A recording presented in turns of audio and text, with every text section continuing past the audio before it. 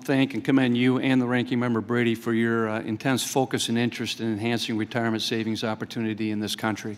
Obviously, with the litany that you just ran off, there's a lot of fingerprints on this legislation, and rightly so. It's long overdue, and it makes sense. I recall roughly 10 years ago, our former friend and colleague on the committee, Mr. Reichert, and I introduced the SAVE Act, which became the basis of the iteration that later became RISA. I was happy to introduce that with my friend, colleague from Pennsylvania, Mr. Kelly, over the last few years.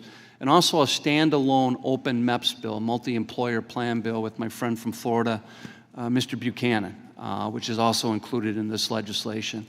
But I also want to just take a moment to commend former Chairman Dave Camp. When he took a serious run, I felt, at comprehensive tax reform, he instituted a group of bipartisan task force to dive into the code.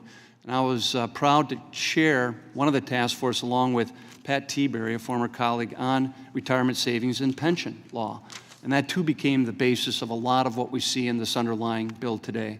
And the reason it's long overdue is because 94% of the workers working in large businesses, employees with over 500, have access to a retirement savings plan.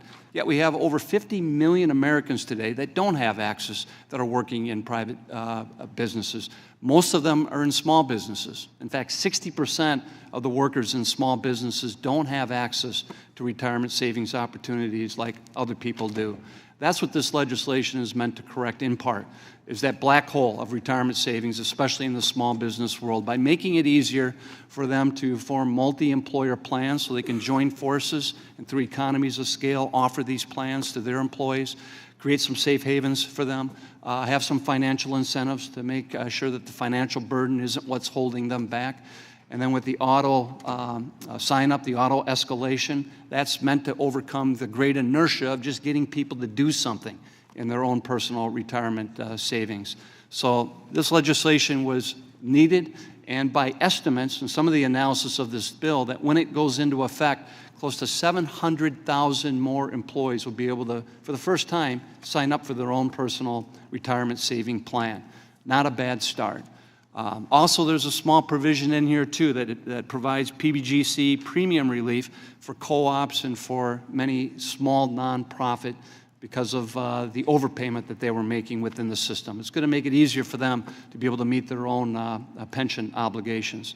And finally, Mr. Chairman, let me commend you again and the rest of the committee that for our first markup of the year, we've got 3 strong bipartisan bills that we're moving forward on.